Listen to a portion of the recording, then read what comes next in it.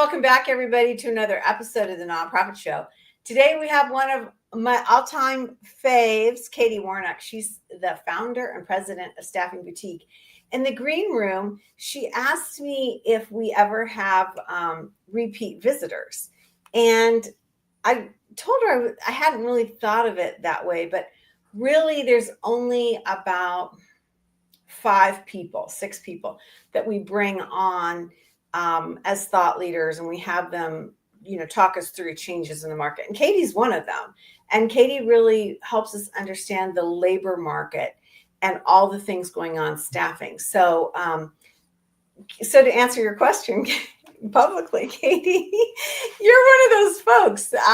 And I was thinking today as we got ready for the show, oh my goodness, how the labor market has changed since we first met you. Every month we have you on, I feel like there's a new trend. There's something different. It's absolutely riveting to see how you're on the front lines and you and your team see things first before any other parts of the sector see it. Do you think that's true? Yeah, I think so. I think New York gets everything first, right? So we see it. It's these labor reports and unemployment reports lately have been a little crazy. Unemployment rate was pretty high, the last report that came out, and the jobs report was down, which in our sector and what we're seeing in the trends on LinkedIn, we had a really, really slow 2 quarters, and we've been so busy basically since after July 4th weekend. So that's not really what is on trend with what's reporting in the news. I always subscribe to Idealist and Foundation Center, and I could see what's going on LinkedIn. So many of my connections are hiring every day, multiple people, where it was like silent and dead. Like LinkedIn is popping right now. I'm in bed scrolling through LinkedIn and I'm making screenshots of who I have to call tomorrow, which I wasn't doing that 6 months ago. So, I think it's busy. That's what we're seeing. Certainly people are getting laid off in some areas and sectors, and we saw a lot of layoffs, obviously early in the year. But I don't know. I'm seeing movement in the market. Do you see this as temporary, or are these full-time placements? I mean, is it both? Okay. There's a lot of executive search. I was just reading a report yesterday. Executive search in the staffing industry has really picked up. So that, and then, contract workers, depending upon the niche. Obviously, if AI can replace it, then not so much. But yeah, we're busy. Wow. Well, this is what makes it so interesting to have you on, so that we can really get the viewpoint of an expert who's in our sector. And it's just so powerful. I feel like that's what puts the Nonprofit Show ahead of the curve, because we're getting thought leaders on who are in the mix talking about what's going on day by day. And really, we are supported because of our sponsors. And they include Bloomerang, American Nonprofit Academy, of course, our friends at Staffing Boutique, Holdings Nonprofit Banking, Interim Executives Academy, Your Part-Time Controller, Fundraisers Friday, and JMT Consulting. I'm Julia C. Patrick, CEO of the American Nonprofit Academy. But again, more importantly, I get to spend some time this morning with the amazing Katie Warnock, founder and president of Staffing Boutique. So Katie, before we dig into this conversation even more, as we were chatting when we started the show, you're involved in the labor market, I'm going to call it labor management, because you deal with nonprofits doing what? What are they looking for? They're looking for employees, right? So my clients are basically anything from any type of organization, cultural, social services, social justice, the arts. We do everything. We do a lot of work in the, education space, and they hire temps from us and full-time employees. So we do everything from temp to perm and permanent recruitment, from an admin assistant all the way up to the executive director. We get a lot of development jobs in. We're about to take in a search for campaign managers. We're seeing some movement in development. And this is what we specialize in. So we basically eat, breathe, and sleep fundraisers all day. I love it. I think it's so powerful. And I just love that we get this inside track of information from you. So today we're going to talk a little bit more about the issues of staff retention. And I want to start off with, what are the costs of getting a new person seated in your organization? How much does it really cost us to onboard a new employee? Well, the national average says $4,100. I have to think, depending upon, the level of the employee, that could be way more. But it still costs that's a good chunk of change, from technology to getting them trained, taking away other employees' tasks to getting them onboarded, all of those things, the HR costs, everything that goes along with it. I think in New York it's probably a little bit higher, but that was the national average. So it does cost a lot. Wow. And that's really at an average level. So to your point, if you're bringing in a vice president or CEO or, CFO, those numbers, you can expect that to be higher, right? I believe so. Yeah, I would think that. Wow, that is crazy. I gotta believe, and this is kind of a curveball question. Do you see that your clients and people in the nonprofit sector even understand this? That they even budget or plan on this? Or No, is it? I don't think that they Yeah. do. It's funny that you say that. I don't think that they do, but I do think that they know um how expensive healthcare is right now. And Yeah. that's something that I think everyone is stuttering on. Like I have clients that would prefer to leave my temps as temps that have been there for over a year. They're certainly free to go onto their payroll directly, and they keep them on. It's just they don't want to pay the payroll costs for them. I'm sorry, the health insurance costs for them. They'd rather leave them on my payroll and pay them hourly. Wow, that's an indication if ever there was one. I was just reading a report over the weekend regarding the rising costs of health insurance and how staggering the numbers are, and the increases every year, and the renewals are intense. And how do we manage that and rectify that in organizations, or course correct, if you will? Right. And I think, the nonprofit sector is notorious for having less than stellar or even secure healthcare. So many that just say this isn't an option. Yeah, it depends. Some of my clients have really great health insurance, and then not so much. I've seen it all, Yeah. basically based on the sector I'm servicing. Right. Right. So Mhm. fascinating. Well, now Mhm. that we kind of have level set that we're going to be spending more than $4,000 just to get somebody seated into a Yeah. position, what do we do to keep them where they are? And then one of the things I wanted to ask you about is understanding the marketplace and what that compensation factor is. I feel, and correct me if I'm wrong, that the for-profit sector does this much better, that there's always a competitive analysis of what the going rates are, or maybe it's just easier to get that information. But in the nonprofit sector, it seems like we don't talk about it, or it's fraught with a lot of tension. I talk about it. It's Yeah. a real nightmare. So there Yeah. are two things to that. So in corporate, the thing is they have the flexibility for hiring. So they can sort of say, like, this is my hiring budget for this department, and now we can play around with salaries, right? Like, not everyone has to be making the same amount, and they can hire on par for the talent that they're recruiting, right? And remember when we were talking when the economy was really booming post COVID, like the average salary offer for a next stepper, someone leaving a company and going someplace else, I think it was up like 22% or something like that, which it's typically at about 10% increase in salary. It's really high back then. And that's because competition was so high, and people were really hiring, the economy was booming, right? So again, corporate can do that. With our nonprofits, this department has this much money budgeted for employees, and they basically have to stick to that budget for one fiscal year, sometimes 3 fiscal years, and the board is not approving increases. So even though the executive director or the CEO or even the board can see that this type of position in this size organization with this budget, with this many employees, should be getting X dollars, the time that they can react might not be until 2 years later, for them to adjust their numbers and pull back, etc. So it's not just as easy as like, oh, give them more money. Like, so knowing the competition, it's great, but it doesn't really matter if the dollars aren't there to fund it, right? Yeah. So that's where we have to be creative about how do we make our employees happy without dollars. And that's something that we're going to chat about today. Wow. Do you know, I've never heard anybody really boil it down that way, because you're right. This is like an act of Congress to get your budget realigned. And if your board has set forth that budget and passed it, it is a huge deal to move those funds around.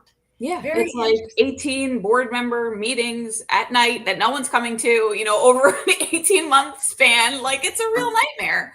Yeah. So, I mean, but that is the same argument I was making when we were dealing with inflation. And like, we're still paying people, a development assistant, the same amount of money, and we just can't. Like standard in New York, what we found when everything opened up post-COVID is for us to get employees to show up to work, to actually be there on site, we had to pay them a minimum of $25 an hour. Mm-hmm. We used to be able to pay development assistants $17 an hour pre-COVID, maybe even $16. Okay. And that's with a college degree.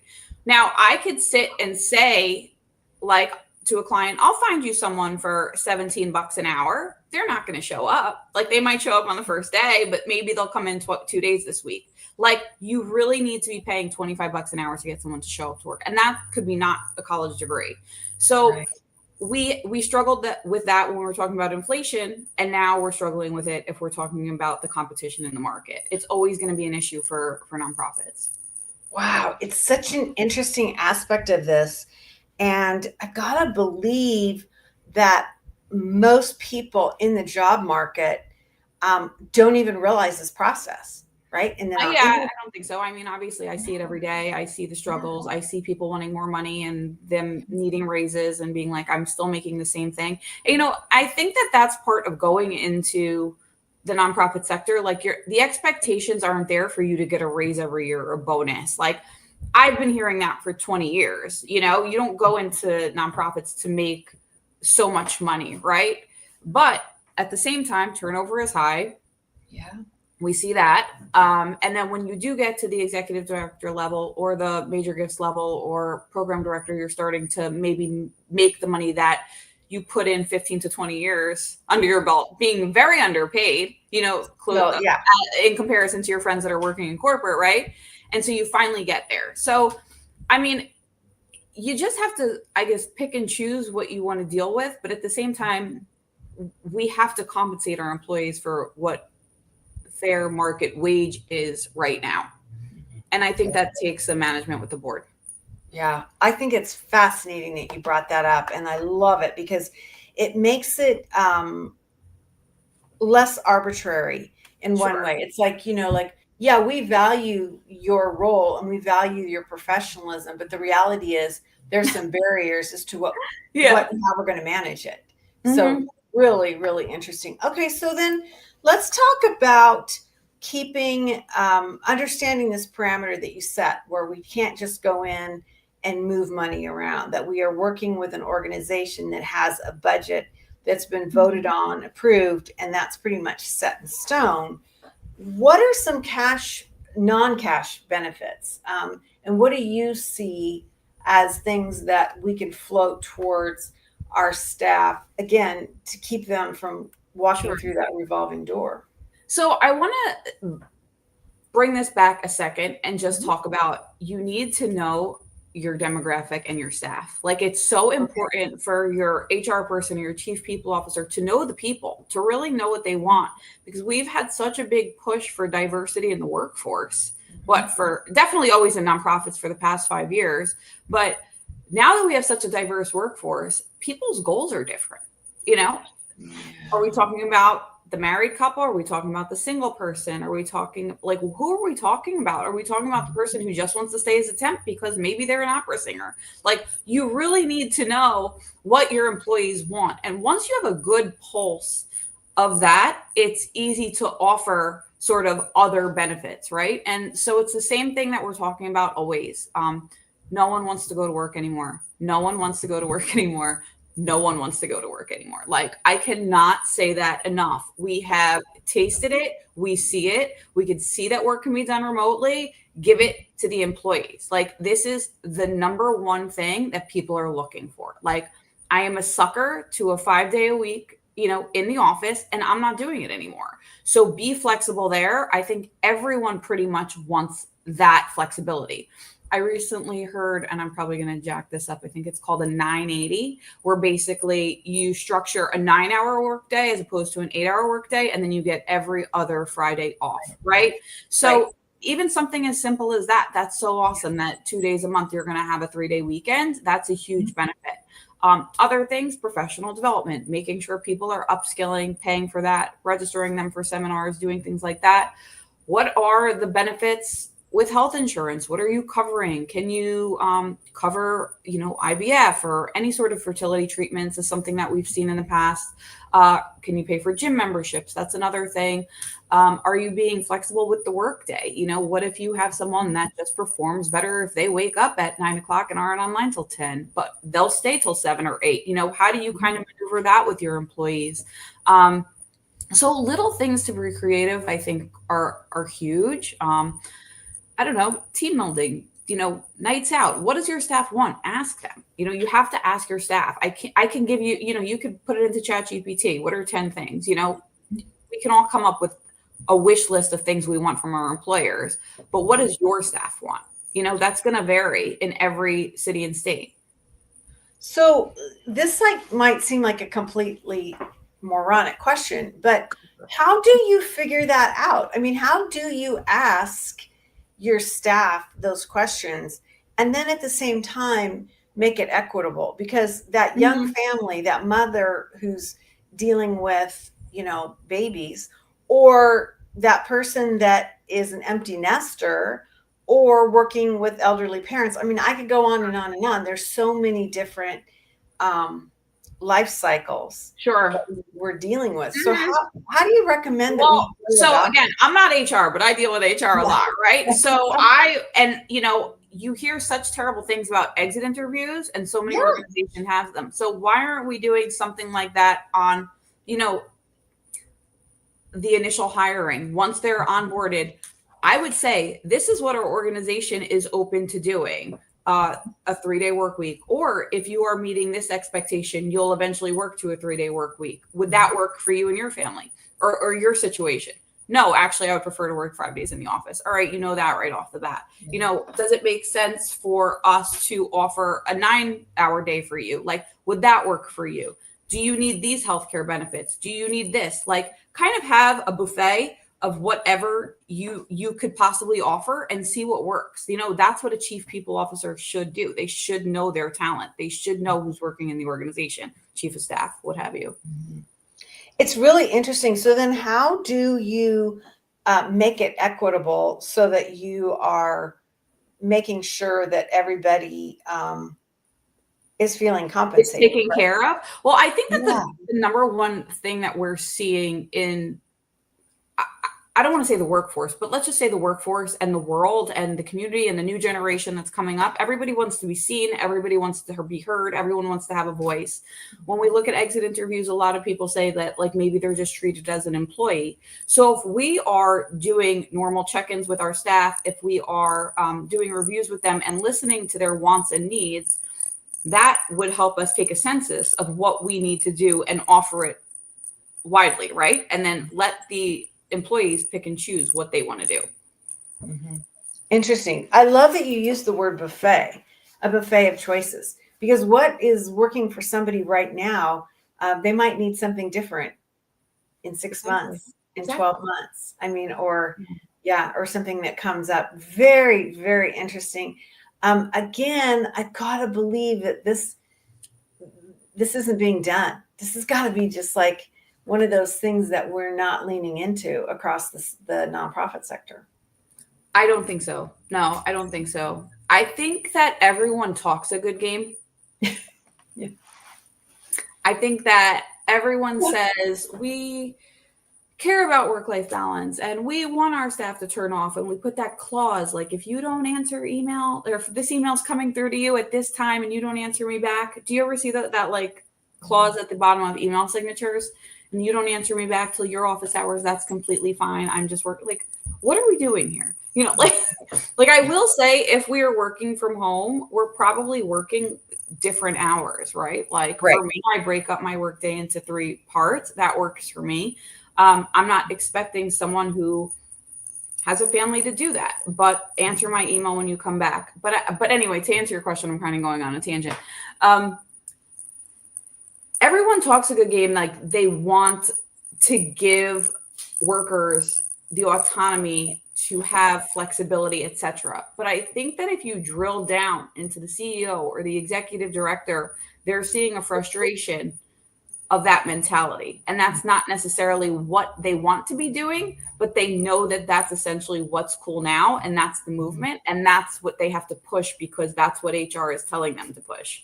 Mm-hmm. Yeah, it's really interesting because we talk about this revolving doors. We started our conversation this morning. And if you're not thinking about who's up next on the bench or what your growth of your team is, it's a huge shock. And you lose so much productivity. I mean, you lose so much productivity. You can't just grab somebody off the street and plunk them in a seat and think that you're going to be getting all that work done. It just doesn't work like that. I hear you. And I think that goes back to everything I've always said, is like, you do not have a recruitment plan unless you have a retention plan. But that retention plan has to be specific to your workforce. It really has to be catered and dialed into what the needs of your employees are. And that's going to be different for every single organization. Mm-hmm. Yeah, I love that you said that. I think that's really wise. And I think it's absolutely fascinating to maybe step back from thinking about what the industry is doing, what the whole sector is doing, and bring it back and to say, what is it that your organization is doing? What is it that your staff wants? Exactly. So that you can be much more reactive in a good way, I guess I should say. As we kind of wind our time down with you, I want to talk to you a little bit about this, because it seems to me that we are bleeding off now more than ever so many C-suite leaders who are just exhausted and burnt out. And a lot of this, I think, is because we have an aging workforce in C-suite leadership, and they probably overstayed their welcome during COVID, because they were like, boards were like, oh my God, don't leave us, just stay, we got to get through this crisis and then you can leave and then we'll figure it out. And those boards haven't figured it out. And so we have this burnout thing going on. How do you see that as something that we should be talking about so that we're keeping our staff? I can't believe that was 5 years ago we were talking about that, regarding, people just pushing off retirement because of COVID, right?